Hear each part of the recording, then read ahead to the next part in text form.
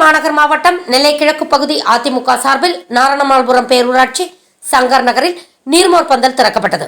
நிகழ்ச்சியில் மாவட்ட செயலாளர் தச்சை கணேசராஜா கலந்து கொண்டு நீர்மோர் பந்தலை திறந்து வைத்தார். தொடர்ந்து பொதுமக்களுக்கு மோர், தர்பூசணி, திராட்சை பழங்கள், வாழைப்பழங்களை வழங்கினார். இந்த நிகழ்ச்சி ஏற்பாடுகளை 13வது வார்டு கழக செயலாளர் பூ சின்னத்துறை செய்திருந்தார்.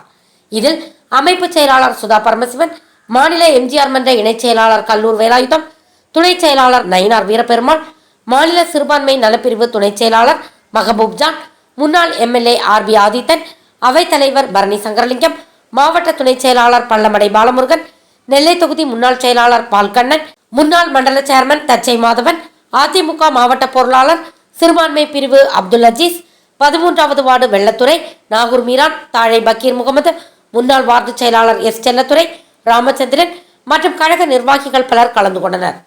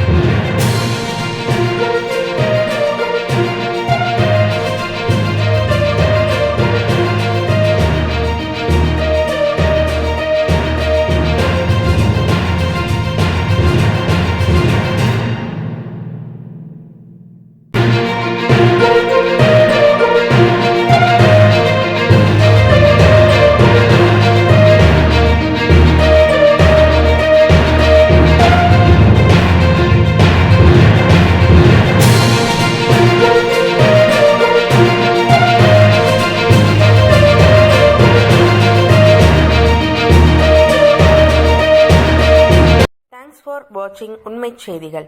நெல்லை செய்திகளை உடனுக்குடன் தெரிந்து கொள்ள சேனலை சப்ஸ்கிரைப் பண்ணுங்க, லைக் பண்ணுங்க, ஷேர் பண்ணுங்க.